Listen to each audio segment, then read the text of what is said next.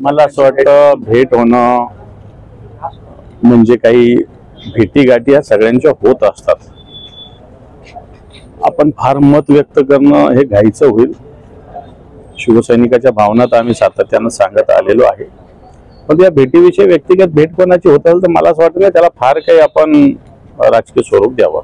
त्र्यंबकेश्वर मध्ये एका नेत्याने जमीन घेतली होती, आता संजय सावकारे यांनी सुद्धा हॉटेलसाठी मोठी जमीन घेतली होती अशी चर्चा सुरू आहे. तशा पद्धतीचे आरोप नाही, सत्यता आहे सगळी, रेकॉर्डवर आहे सगळ्या गोष्टी.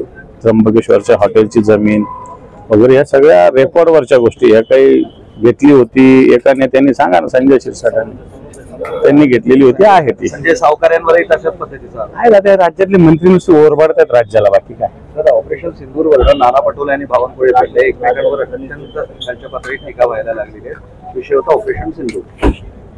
ऑपरेशन सिंदूर झाले, देशाच्या सैनिकांनी केलेलं आहे, सैन्य दलांनी केलं, मात्र त्याचा आदर आपण सगळ्यांनी केला पाहिजे, एवढंच मला माहिती. चढण्याचं आंदोलन 5वा दिवस आहे, कोणाचंच लक्ष नाही त्याकडे. आज रस्त्यावर उतरले सगळे. सरकारला घेणं देणं देणं. आम्ही 8 दिवसांना आंदोलन करतोय. सरकार शेतकऱ्याचं नाही, नुसतं घोषणाबाज सरकार आहे, बुक्क सरकार आहे, बैल सरकार आहे, आंधळ सरकार आहे.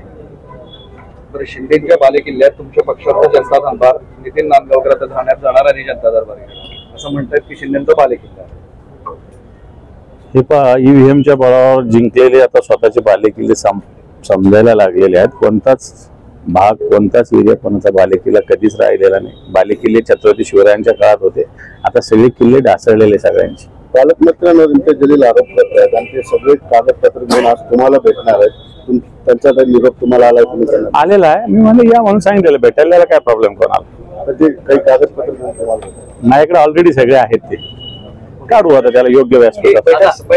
जी राजकीय भेट समजली जाते, गेल्या अनेक दिवसापासून ठाकरे बंधू एकत्र येणार असं बोललो मी. राज ठाकरे आणि फडणवीस दोन्ही एक नेते भेटतायत. भेटू द्या ना, कोणी भेटलं म्हणजे त्याला काय वाव आहे. एखाद्या व्यक्तिगत भेट झाली म्हणजे काय. ठाकरे आणि देवेंद्र फडणवीस भेट झालेली आहे. उद्धव ठाकरे आणि राज ठाकरेंच्या एकत्रीकरणाच्या चर्चा सुरू असताना हा एक महत्त्वाचा मुद्दा समोर आलाय. काय वाटेल, काय सांगता?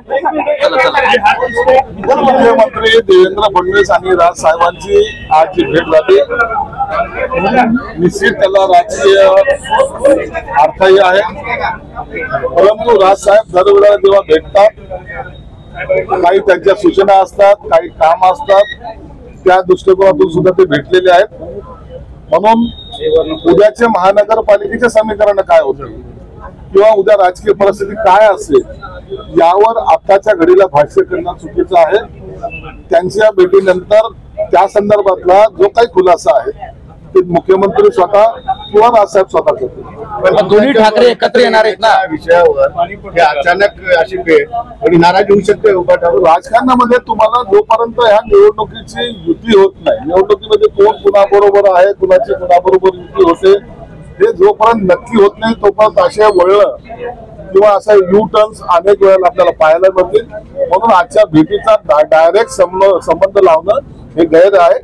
जे काही होईल ते काही दिवसात आपल्याला लक्षात येईल. राजकारणात काही होऊ शकतं. राजकारणात काही होऊ शकतं. राजकारणामध्ये तुम्हाला असं कधी सांगता येणार नाही की कधी काय घडेल. म्हणून एक पक्ष जो तो वाढवण्यासाठी किंवा पक्षाची मजबूती आणण्यासाठी अशा ह्या युत्या कराव्या लागतात. आणि मला वाटतं राज साहेबाला पहिल्यांदा सुद्धा आम्ही ऑफर दिली होती, आजही आमची ऑफर आहे.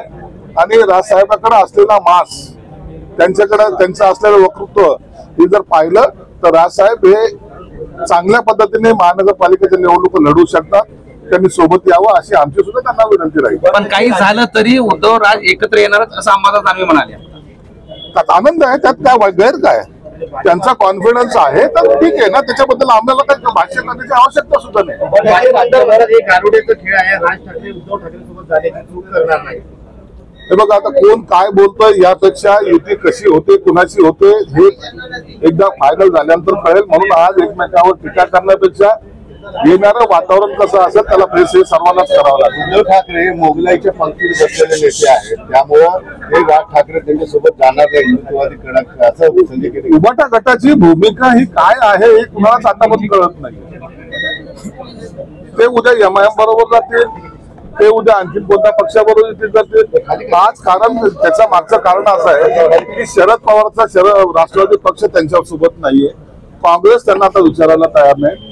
मग ही लढाई कशी लढायची हा त्यांच्या समोर असलेला प्रसंग आहे आणि त्याचं उत्तर ते देतील. उभाटाची आंदोलन सुरू आहे. क्या हुआ तेरा वादा म्हणत काल ट्रॅक्टर मोर्चा काढलाय, आज रस्ता जाम करताय. चांगल्या जनजागृती ते करतायत, पक्ष वाढवण्याचा प्रयत्न करतायत. शेतकऱ्याशी मला वाटतं तसं काही त्यांचं देणं घेणं नाही. तर साहेब तुमच्यावर दररोज इम्तियाजली टीका करतायत. टीका करतायत. काय होत नाही टीकेने काहीच होणार नाही.